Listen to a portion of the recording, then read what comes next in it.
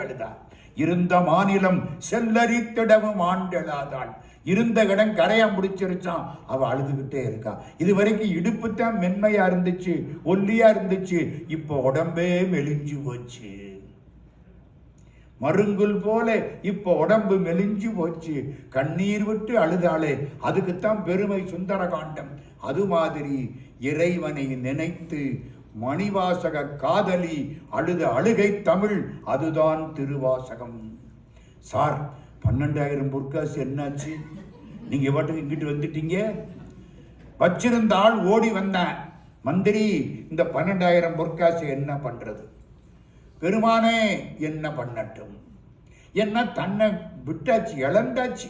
இனிமே எல்லாம் அவன்தான், எனக்குன்னு எதுவும் கிடையாது. அன்றே எந்த ஆவியும் உடலும் உடமை எல்லாமும் குன்றே அணையாய் என்னை ஆட்கொண்ட போதே கொண்டிலையோ இன்றோர் இடையூர் எனக்குண்டோ எண்டோள் முக்கன் எம்மானே நன்றே செய்வாய் பிழை செய்வாய் நானோ இதற்கு நாயகமே. நீ நல்லதுதான் பண்ணுவ, எனக்கு தப்பா பண்ணுவ, என்ன வேணாலும் பண்ணிக்கப்போ. அங்கிருந்து பெருமான் ஆணை, கோயில் கட்டு. சார், குதிரை வாங்க கொடுத்த காசை கோயில் கட்டினா இஸ் இட் நாட் மிஸ்அப்ராப்ரியேஷன்? தப்பு தானே? மீனாட்சி உலகத்தை காப்பாற்றக்கூடிய பராசக்தி தான் ஒரு பெண்ணாக பிறக்க வேண்டும் என்று எண்ணிய பொழுது கல்கத்தாவுக்கு போகல, பம்பாய்க்கு போகல, சென்னைக்கு போகல, காஞ்சிபுரத்துக்கு போகல, திருவொற்றியூருக்கு போகல, மதுரைக்கு வந்து பிறந்தாள். ஊருக்கெல்லாம் அவன் மகாராணி, எங்களுக்கு அவ ராஜாத்தி. எங்க மதுரையில் அவ யாரு? எங்களை ஆட்சி பண்ண மகாராணி இல்லை, அவ ராஜாத்தி. மீனாட்சி, மீனாட்சி பட்டணம் மதுரை. பூஜை முதல்ல யாருக்கு தெரியுமா? மீனாட்சிக்கு. சொக்கலிங்க பெருமான் சும்மா உட்கார்ந்து இருக்கணும்.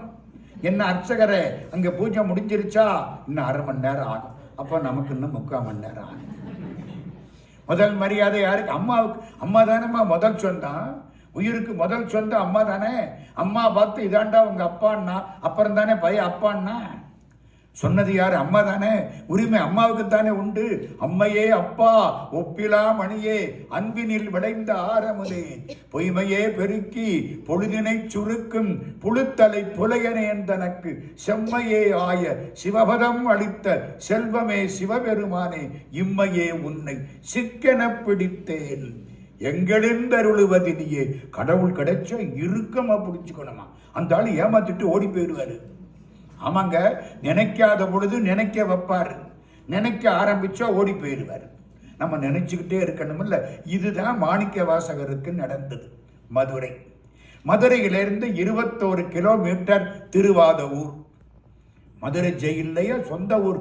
திருவாதவூர் ஜெயில்லையா? சொந்த ஊர் ஜெயில்ல போடு, அப்பத்தான் மானம் போகும். வெளிநாட்டில் பட்டா தெரியாது.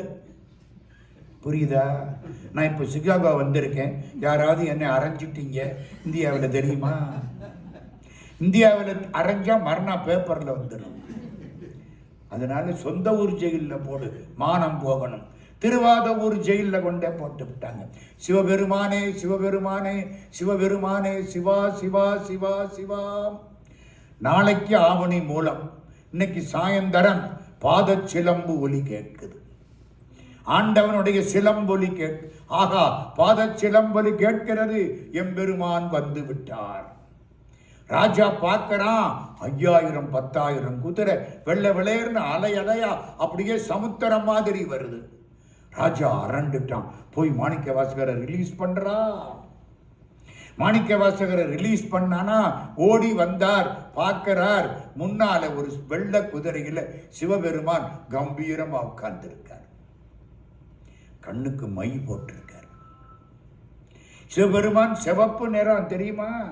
செந்தாமரை காடநயமே நீ தாமரைக்காடு மாதிரி நெருப்பெரிஞ்சாப்புல அழகா கண்ணுக்கு மை போட்டிருக்கார்.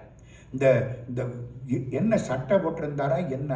எங்க பிரதமர், அந்த பையனுக்கு வயசு என்ன இருக்கும்? ஒரு 12-13 வயசு தான் இருக்கும். அந்த சின்ன பிள்ளை அழகா சொல்றான், நான் கூட்டிக்கிட்டு போறேன். அந்த பையன் முன்னால போக திருஞான சம்பந்தர் பின்னால போறார். திருஞான சம்பந்தர் தான் எல்லாருக்கும் வழிகாட்டினவர். இந்த பையன் அவருக்கே வழிகாட்டணும். முன்னால போறான். திருஞான சம்பந்தர் அருமையா தேவாரம் அப்படி பாடிக்கிட்டே போறார், தாளம் தட்டிக்கிட்டு. அந்த பையன் நல்லா ஆடிக்கிட்டே போறான். போற வழியெல்லாம் அப்படி. கோயிலுக்கிட்ட வந்தாச்சு. திருவண்ணாமலை 5 சிகரம் மேல. சிவபெருமானுக்கு 5 முகம். ஈசானம், தத்புருஷம், அகோரம், வாமதேவம், சத்யோஜாதம். 5 முகம் மாதிரி திருவண்ணாமலை மேல 5 சிகரம். கீழே சின்ன கோயில். இப்போ உள்ள பெரிய கோயில் எல்லாம் அப்ப கிடையாது. நான் சொல்றது 7ஆம் நூற்றாண்டு, கிபி 650 660 அதை ஒட்டிய ஒரு காலகட்டம். அதனால சின்ன கோயில் தான். சிவபெருமான் பக்கத்துல அம்பாள்.